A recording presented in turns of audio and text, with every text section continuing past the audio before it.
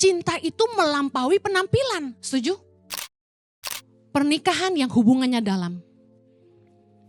Ketika sudah mulai sama-sama tua, istri sudah menua dan tidak lagi menggairahkan. Suami mulai keriput di mana-mana dan tidak lagi mempesona. Tapi mereka saling setia dan saling sayang. Membuktikan cinta itu melampaui penampilan. Setuju? Kalau gak bisa terima, kok lu udah kendor sih? Ya gue bisa balas, lu juga. Kalau kita bisa ditarik-tarik, lu mau ditarik? Saya nemenin Pak Jojo di endorse gitu kan dia untuk narik pipinya gitu kan. Saya pikir waduh kalau perempuan pernah melahirkan pasti punya daya tahan penyakit, terasa sakit lebih tinggi, betul gak? Udah pernah melahirkan pasti daya tahan sakitnya lebih tinggi gitu loh. Saya pikir suami saya kasihan nih, pasti kesakitan nih. Sampai waktu di klinik itu dipanggil gini, Bu Heni boleh kok temenin Pak Jojo? Siap. Saya sebagai istri yang baik gitu loh. Gue pegangin tangan kaki gue. Jo, kamu gak apa-apa. Saya kuat ya, gak apa-apa kok. Ya, yang sakit di mana? Yang sakit itu cuma di anestesinya aja. Setelah itu set-set gak berasa. Nah, tahu gak? Dianya gak ada ekspresi gitu. Jo, emang gak sakit? Enggak. Terus yang nemenin nanya gini, Pak, coba bilang kita rasa sakitnya dari 1 ke 10 berapa? Ya 2. Hah? 2? Langsung dokter bilang gini, suami ibu lebih tahan sakit dari ibu. Nah saya kasih tahu, kita kan gak semuanya seberuntung itu bisa di endorse. Begitu tua, ya melorot lah semuanya. Betul gak? Dari kantong mata sampai kantong perut. Disitulah teruji cinta kita.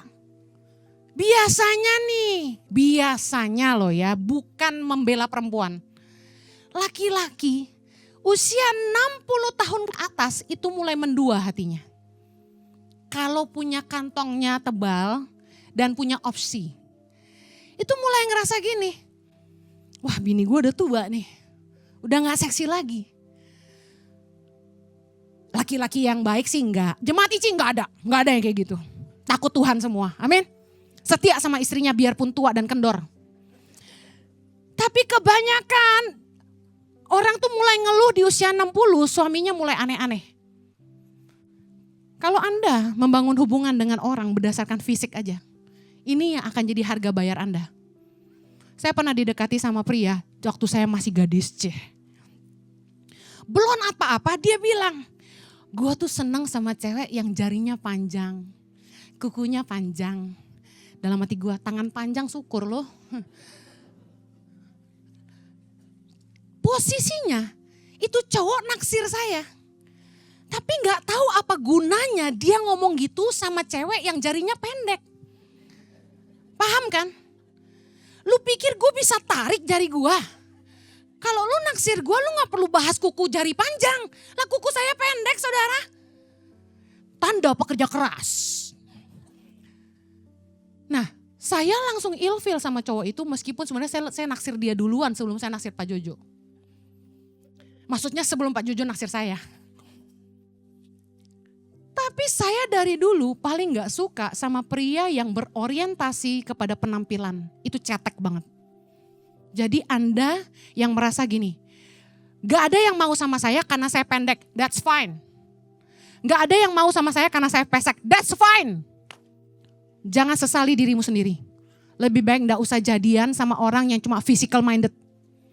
Karena kamu gak akan dicintai karena kamu. Kamu hanya dicintai sejauh fisikmu. Saya mau tanya, kalau kita nikah, apa bisa jaminan kita cantik selamanya, ganteng selamanya? Kaya selamanya, bisa ada jaminan? Bagaimana yang nikah, tiba-tiba diagnosanya kanker.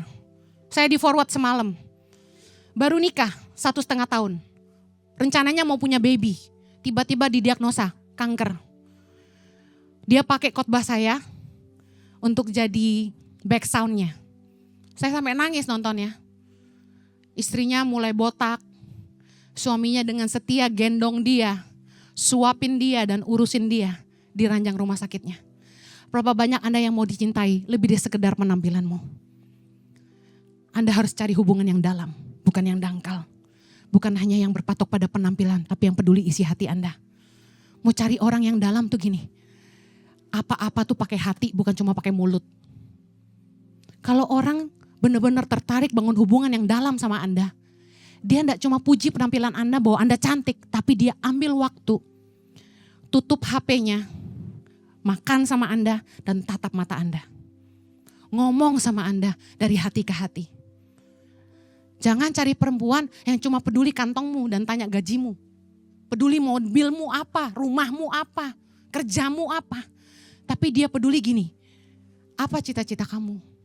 Kamu pengen bawa hidup kamu kemana ke depan? Apa rencanamu di masa akan datang? Cari perempuan tuh yang mikirnya jauh di kedalaman. Bukan yang hanya sekedar gini, lu bisa beliin gua apa? Lu berani ajak gua makan di mana? Itu shallow banget, yang ngerti katakan amin. Ibadah Gereja Impact Community Indonesia ada di setiap minggu. Anda bisa mengajak teman, keluarga, dan relasi untuk ikut beribadah bersama. Setiap ibadah disertai ibadah anak atau Impact Kids dan ibadah remaja. Dan bagi anak-anak muda di Gereja Impact Community Indonesia,